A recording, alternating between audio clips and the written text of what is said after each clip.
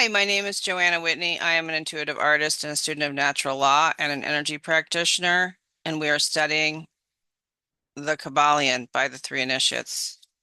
We're on the last chapter, Hermetic Axioms. It's going to take a while to get through this, I think. I'm going to try not to just race through there here.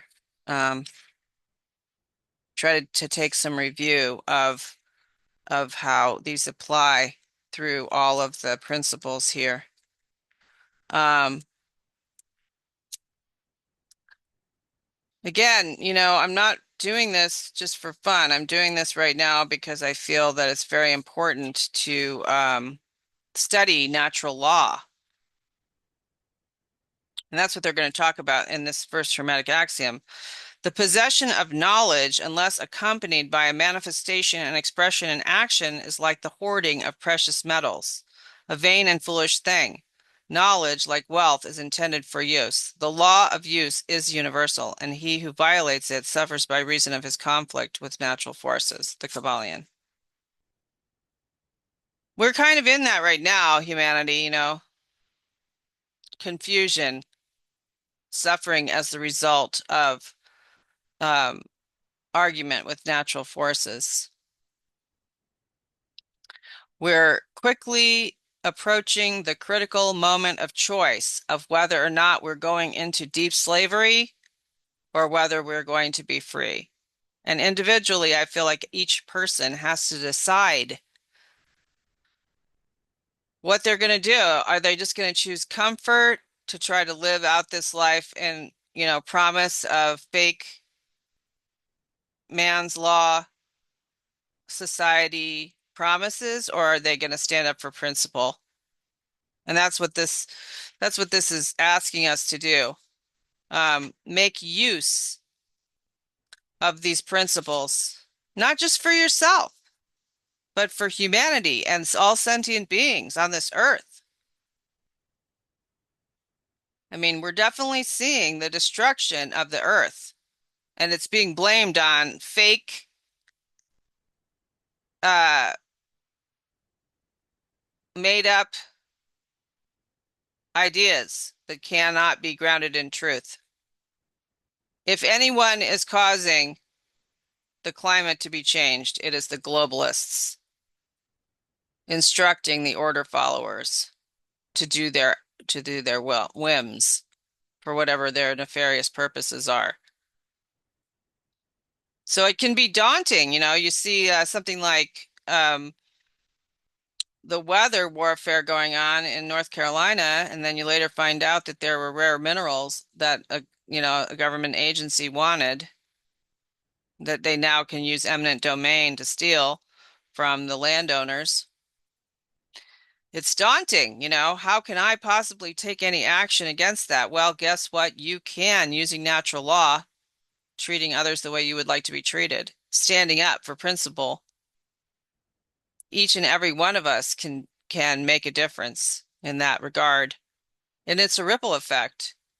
Even a small action. I cannot allow myself to think that my actions are too small to bother with. That is totally manufactured by the dark occult, who understand the psychology of human beings and try to manipulate them into hiding our power under a basket.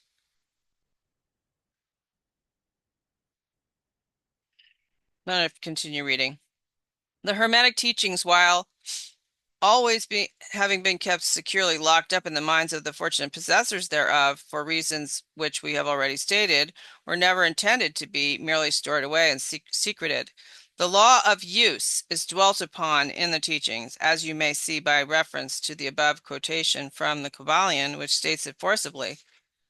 Knowledge without use and expression is a vain thing, bringing no good to its possessor or to the race.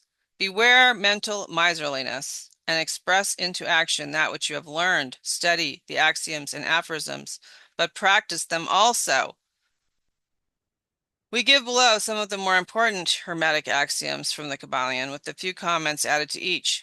Make these your own and practice and use them, for they are not really your own until you have used them. And used is capitalized because of the law of use. Practice the principle of mentalism. Explore the inner world. If you are blocked, do your shadow work so that you will become unblocked and you can explore the inner world, which is far greater than this material plane. And in accessing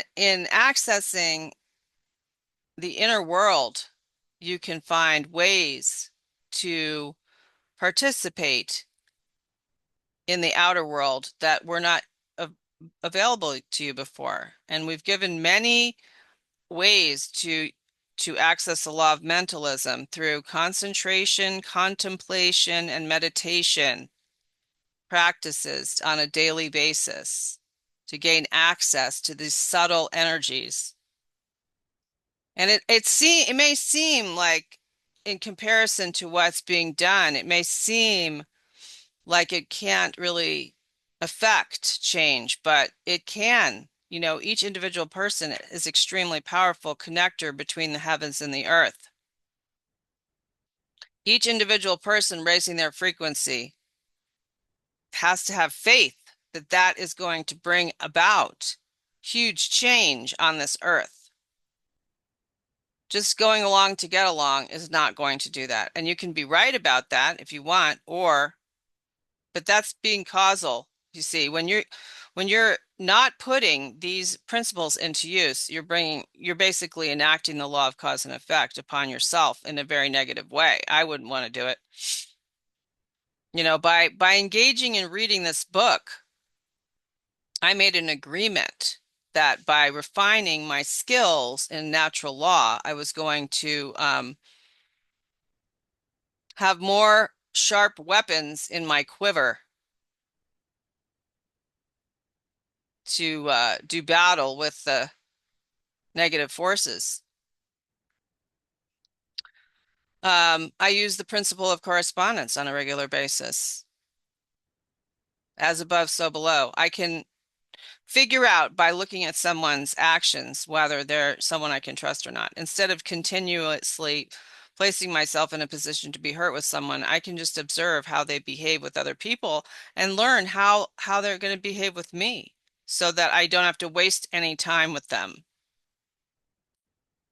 There's a lot of people with personality disorders in the freedom movement and right now because of all the trauma everyone's endured. And if you're not going to do your own work, then your trauma is going to come out the side of your neck and harm others. So steer clear of people like that. The principle of vibration, put that into use. How do I raise my vibration? I have to be rigorous with myself from the moment I wake up in the morning until going to bed at night. And staying present is part of the law of vibration. Not multitasking. Single-mindedness in the face of a push to multitask is going to raise my vibration. Being present in the moment and having intention in every step I take on the earth. The principle of polarity. Am I polarized into one side or another? Do I find myself feeling angry and vehement and having to make my point? Or can I go into a state of neutrality and allow others to be where they're at, and I can maintain neutrality? And I may have strong opinions, but I have to be very careful where I voice them. Because the minute I'm polarized into one side or the other, I lose access to power that I need. I'm better off neutral. The principle of rhythm. Well, you know, we just slipped into that stupid daylight savings crap thing that they impose on us. And the Gregorian calendar, you know, these are the beginnings of the dark occult trying to separate us from nature. So how to get back to nature and how to get back to the cycles of nature I'm going to do a rigorous art project for 2025 about this, and I'm going to post it below for anyone who wants to join in. Um, it's going to be like a way to acknowledge the cycles of the moon and use them for manifestation throughout the year, but not just for myself, really, it's for others. It's for me to be in tune with the cycles of nature because I am of nature. I am not transhuman and I refuse to um, be pulled down that rabbit hole into the transhuman agenda, the mechanistic, materialistic agenda. I'm not interested in being part of that. So I'm gonna be adhering to the cycles of the planets, the moon on a daily basis, beginning soon, very soon in December. But I'm starting now. I mean, I do other things. You can do other things too regularly, like as I've said many times, different practices to be grounded, to tune in, qigong, yoga, walking barefoot on the earth on a regular basis. The principle of cause and effect. Well, again, they just told us that if we are miserly, mentally miserly with this knowledge, we're going to affect a cause upon ourselves, which will not be pleasant. The principle of gender. Is my mind balanced? Am I able to act upon my thoughts? Or am I bogged down by my emotions? Am I right brain imbalanced or left brain imbalanced? What do I need to do to walk the middle path? How do I need to practice? Well, once again, if I raise my vibration, it won't be as difficult, honestly. This is my personal experience with this.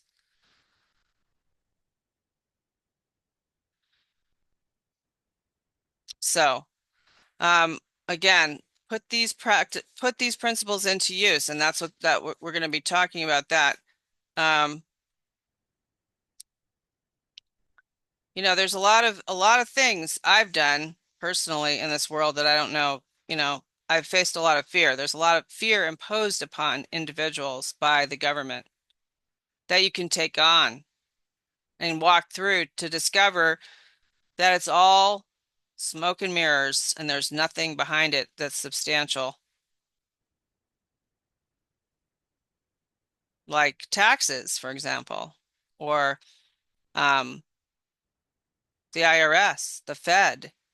Smoke and mirrors. These would be great places to practice using these principles. Are those agencies in alignment with these principles? And if not, how come you continue to participate in them, funding the war machine, the military, thugs, the order followers?